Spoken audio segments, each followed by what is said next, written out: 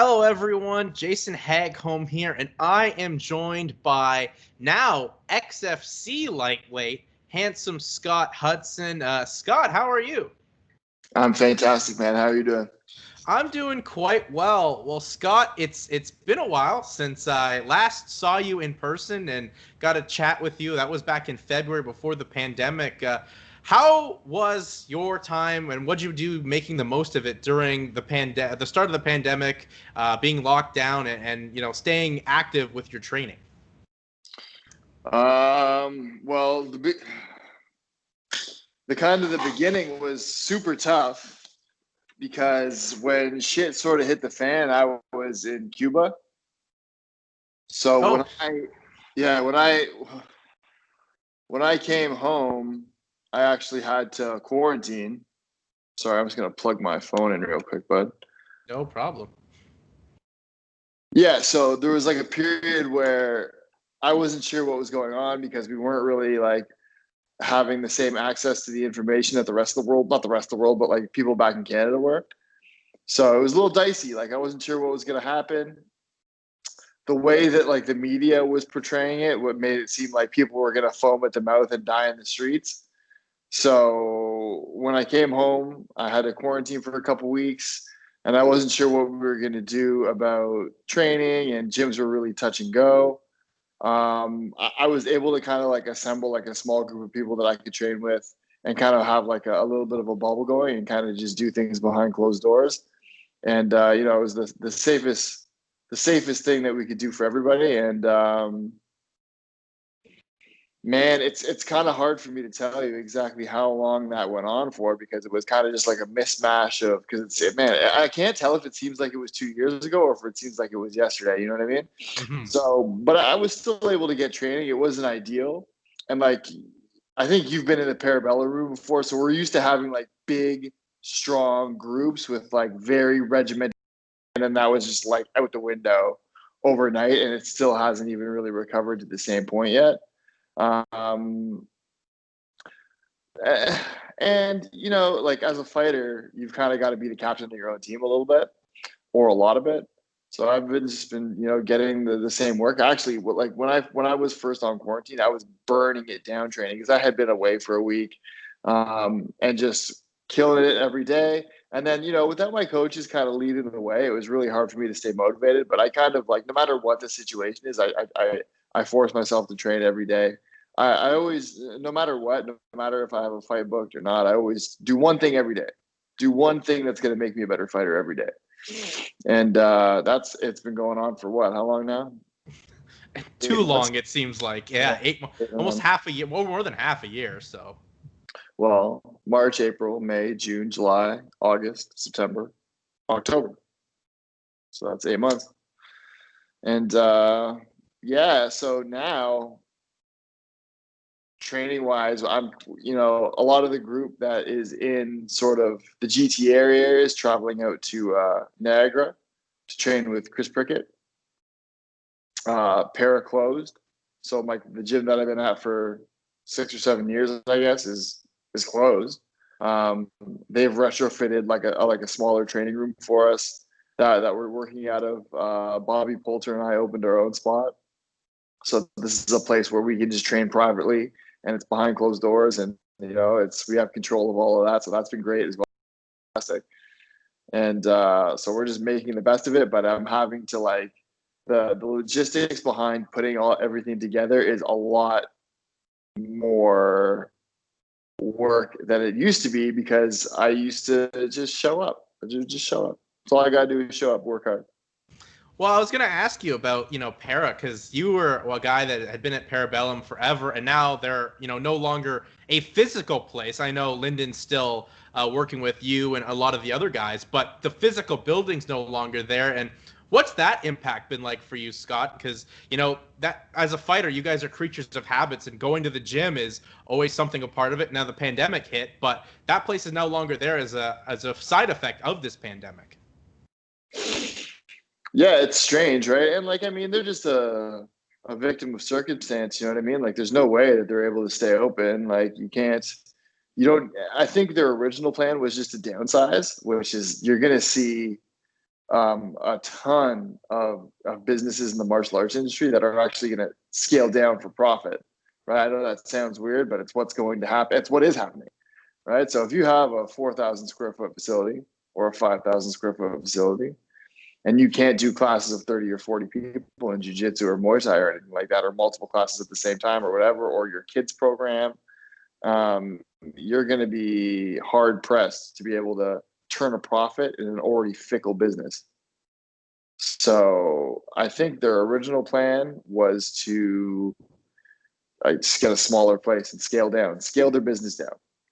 And I think that's not a bad idea. That's not even a bad idea for gyms moving forward, because you're going to see that unless you're in the martial arts industry, nobody outside of that industry gives a fuck about you. And two, that a lot of the stuff that we have when times are good are not really necessary.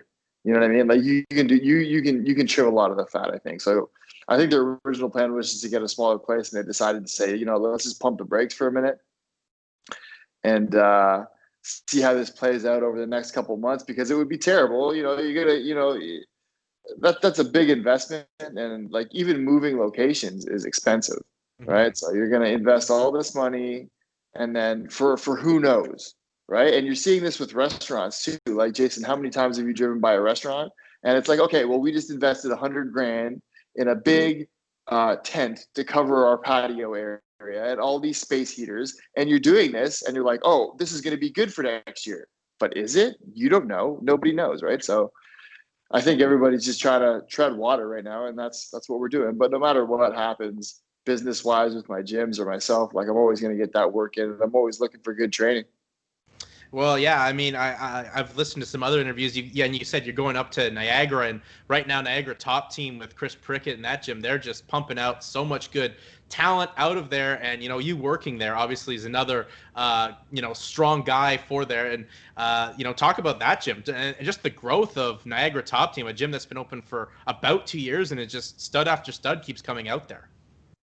It shouldn't be surprising. Like, I mean, like guys like Aaron Jeffrey and Anthony Romero and Jazz, for example, they've already been on the prowl. You know what I mean? Like, I'm sure I'm missing some people as well, but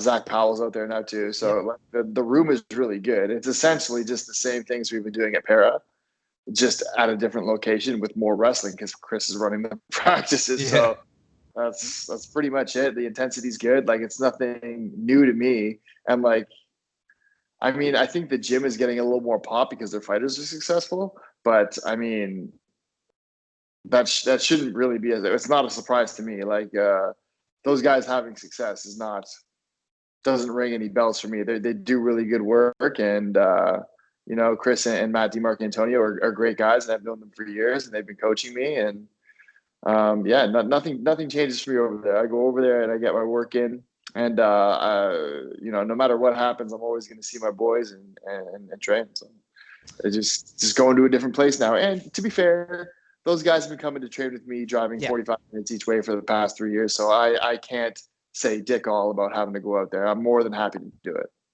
Oh, for sure. And I mean, obviously the success for you and everyone else has shown by, all your work for those past 3 years. And now, Scott, you've got this big opportunity here with the XFC, a promotion that's relaunched, and they have themselves some great partners with, NBC Sports Network. I believe they're on Deportes now, south of the border of the United States, and just announced Fight will carry the prelims and a pay-per-view portion for the main card. I mean, how does that got to make you feel, Scott? You've been a guy that's been grinding away, and you get this big opportunity for the XFC. This is kind of an opportunity you've been looking for. Oh, totally. Yeah. Like, I think it's really good exposure for me. The field and the fight is like, it's good competition, right? Like, these are worthy adversaries. I don't want to, I mean, outside of the UFC, what is there really left for me to do, right? So after my last fight, I was pretty convinced that I was going to get the call, and I had an opportunity to, I got the tires were being kicked for BTC in February, and I decided not to do it because I was going to wait either for a call from a bigger promotion or just a bigger fight with a bigger name or whatever. So I decided to sit it out, and obviously I had no way of knowing what was coming. I don't think anybody did, but so in hindsight, it was whatever. But I'm looking at like 11 months in between fights now, which is like the longest layoff of my career. And XFC is like clearly trying to put something big together where they want to be a player. Like they don't want to just, and even like the way that their contracts are put together and stuff like that, they're not trying to be a feeder system. They're trying to be a player. You know what I mean? So I really hope that it works out and they get the talent that they want. And they're clearly trying to put some decent tournaments together, which again is like an ambitious endeavor for any fight promotion to try to put tournaments together, because it can be a little bit of a shit show. But I love the fact that I'm a huge fan of like blood sport and Mortal Kombat. So anytime where you got to fight your way and try to like earn your keep, I'm all about it. You know what I mean? I don't have a ton of interest in, picking and choosing my fights or like fighting cans and acting like I'm a good fighter. Like I want to go out there and show my shit. You know what I mean? I want to go out there and put on a good fight and test my mettle against these guys. And I'm getting the opportunity. They've got guys from, I think, Canada, USA, Mexico, Europe, Bermuda. This promotion has done events in internationally in the past as well. So the way that they're presenting, like clearly they're not fucking around, and I'm excited to be a part of it. Yeah, just looking at the depth, especially for this show coming up on November 11th, which you'll be a part of, the vibes just coming from it. It feels like those early WEC days where you could see the talent at both, featherweight, bantamweight, even the middleweight, light heavyweights that they had before they merged into the UFC. You could see that they were there. And I think XFC has that kind of vibe going for them. And then, transitioning over to your fight, Scott, it's a part of a tournament. You say you're a fan of Mortal Kombat and Bloodsport as you get about to get your Frank Dukes on against D'Juan Owens. First of all, how excited are you to be in a tournament? Because, tournaments are the bread and butter of this sport of mixed martial arts. And as far as I know, this is the first tournament you're in, and you're up against a gritty veteran, much like yourself in D'Juan Owens. Yeah, like he's got a lot of experience. I'm really, excited to do it. I'm obviously I feel like I'm going to take him out. And then I think, do you know Tom O'Connor? I do, yes. Yeah, so he's on the same side of the bracket as me. So the way that they have it set up right now, if I win and he wins, then we'll fight each other in the second round. And I hope that's how it goes down, because I would love to pump that kid. Listen, there's a reason why I have to fight guys like D'Juan Owens and Dwan Pickney, for example, because some of these like undefeated prospects, like the 7-1 guys, the 10-0 guys, these guys aren't banging down my door. So like now let's force the hand. Let's see what's what.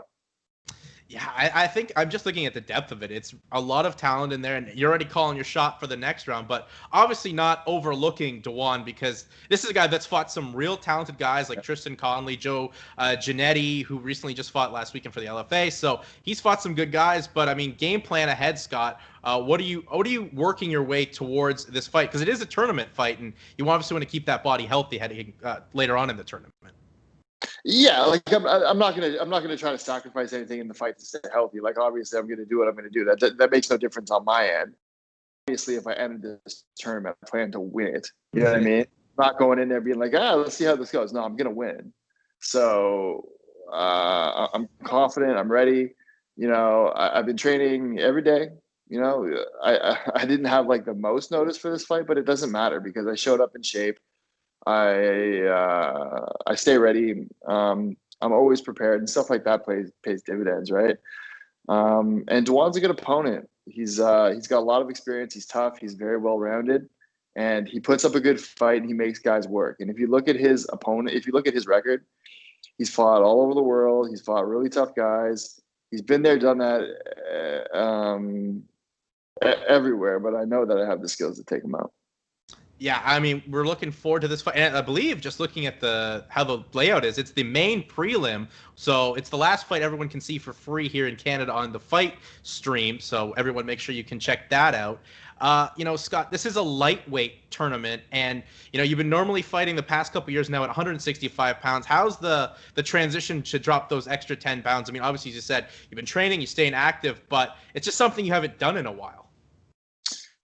Yeah, well, I hired Matt Speciale at Bearded Bites to do my nutrition for this fight, and it's been super helpful. And obviously, like cutting weight is not ideal. Like 65 is fantastic because I'm not giving up size to massive welterweights, and I'm not having to deplete myself to make the weight. Whereas now, like, there is some planning, and I wouldn't have accepted the fight unless my weight was in check from the get-go, right? And I knew I wasn't on top of my weight, but I could tell in training, I was not as strong. I wasn't carrying as much weight as I usually was. I wasn't necessarily as strong as I had been in months past or years past. And I was a little bit faster, a little bit lighter. And I was like, yeah, I don't feel like I'm too heavy. So I went and checked my weight. I was like, yeah, we can do this, And, it's for someone, I'm like almost 6'2", right? So it's not easy for someone like me to make the lightweight limit. But, you got to do what you got to do. The only thing left for me to do now is to cut this weight. I think I leave on Saturday. So, the hard work is done. I'm prepared. I'm ready to go. I just got to cut this weight. And, yeah, we'll see, right? I think that, like, my last fight at lightweight was, it was an awesome fight for me. And I've had some success at lightweight. And I think BTC just didn't want me to cut that weight and, wanted to separate Adam and I and, put it in an exciting division, which it is, 65. So if I can bounce between the two, maybe I win this tournament, maybe I win the lightweight title, and then I challenge the welterweight champion in XFC. Who knows? How much you say you just got to cut some weight? How much more pounds do you got to cut, Scott? Like 14 pounds. All right. Well, I mean, it sounds like it's a lot, but like compared to other guys, it's not that bad. Well, no, and you've got some good people, good nutritionists. Shout out Matty Special for keeping it in track of your nutrition. So I know with his track record, that should be something you can easily get done. But Scott, your story getting into the XFC, I think, is quite interesting. Where you reached out to the Hudson Maniacs to get you into the XFC. So talk to us about your social media push, and then it really succeeding as you're now in this tournament. Yeah, well, I think I got offered a spot at welterweight, and they seemed motivated and interested in me. But again, because of you don't know who you don't have any control over anything when it comes to a tournament. So man, I'm going to be giving up size, fight after fight after fight. I just felt like that was a big task. So I turned it down at welterweight, and I'm not a welterweight. That time might come where I'm forced there, but I'm not. And, I asked, do you have anything available at lightweight? And they were like, I kind of wishy-washy about it. No, right, it's filled up. And then they put a post up on Instagram saying, who do you want to see us sign? And I shared that in my Instagram story, and it kind of blew up a little bit for me. And I got a big response in the comment section of that post, and they reached back out to me. I'm not sure if the field had been cemented already and somebody fell out, or they just weren't sure which direction they were going to go, but they did end up offering me a spot in that story, or a spot in the tournament at lightweight, which was awesome, because my fans and my friends and my family and everybody who supports me really reached out and made that happen for me. And that's just a product of putting on good fights. People don't want to get behind you if you suck, and it makes me feel pretty good knowing that these people want to see me fight. They got my back, and go out there and take care of business now. Yeah, I think it's such a remarkable story, because it's obviously you can take your shot at getting a chance and get some support behind, but to actually get the amount of support and it working out, because now you're in the tournament. I mean, that's got to feel the most nice thing about it, is you have a loyal fan base that's been following you, behind you through thick and thin, and then they're a part of this journey with you right now. Absolutely. It means a lot to me. One of the most rewarding, I also coach as well, for a living. Mm-hmm. So it means a lot to me when I can go out and show my skills that I teach other people. You know what I mean? That they actually are effective and they work, and I've had some success in the sport. And that's where I think I draw most of my inspiration from in this sport, because you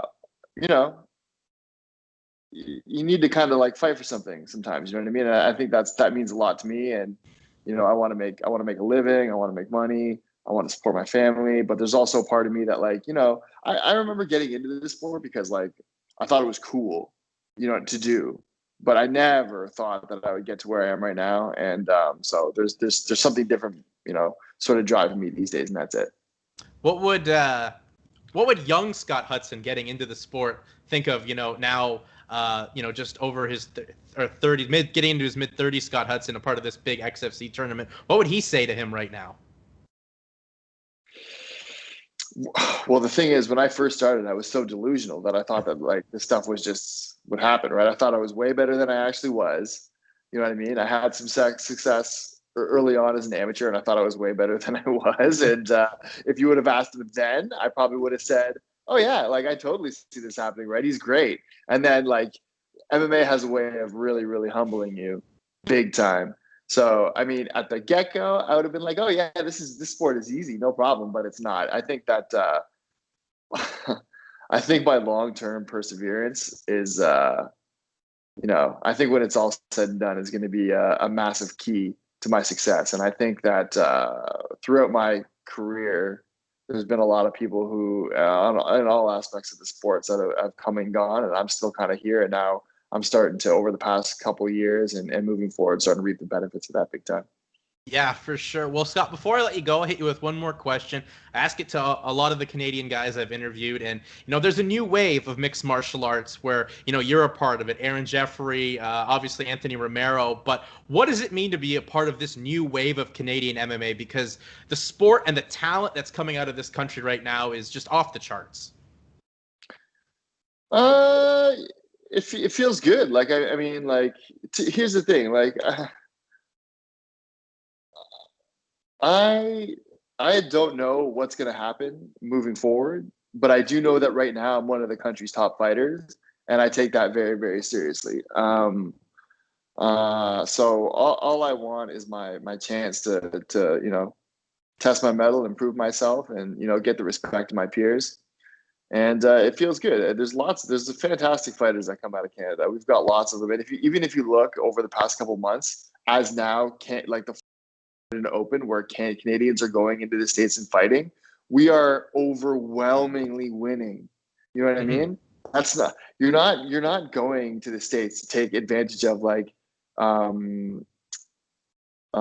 exemplary matchmaking. You know what I mean? You're putting in there, like you're not going to get any easy fights, and people are going, all of us are going down and winning. And not just guys that I train with that are my friends. There's people out west that I've never met that are going and having success. There's guys, that I don't know of very well that are doing it. They're getting out there and they're doing it. And I think it says a lot about the true Canadian culture of fighters who want to compete, right? And don't get me wrong, there's still a lot of us that are like, I don't know, like whatever. It's kind of scary, but I think the vast majority of higher level fighters in the country are really like trying to put the throttle down right now. And it's good to see. It's good to be a part of as well. Yeah, and Scott, obviously, as I said, you're a big part of it. It's nice to see this new generation of Canadian MMA become a thing. Well, Scott, thanks for the time. And before I let you go, before your body's ready and your heart's on fire and you do some big work in the battleground state right now of Atlanta, Georgia, plug yourself out there on social media so people can check you out and give you a follow, because you're a guy that's grinded his way for this opportunity and truly earned this opportunity. Thank you, man. So you can find me on Facebook at Handsome Scott Hudson, or Instagram at Handsome Scott Hudson, or on my website at handsomescotthudson.com. All right, everyone. That is Handsome Scott Hudson. He will be in the prelim main event at the XFC 43 show next Wednesday, November the 11th, taking on D'Juan Owens. You can check that out live and free on the Fight app internationally in Canada, and the fight cards will be on NBC Sports in the United States and in Deportes in Mexico. So, Scott, thanks for your time, and best of luck come November the 11th. Anytime, Jason.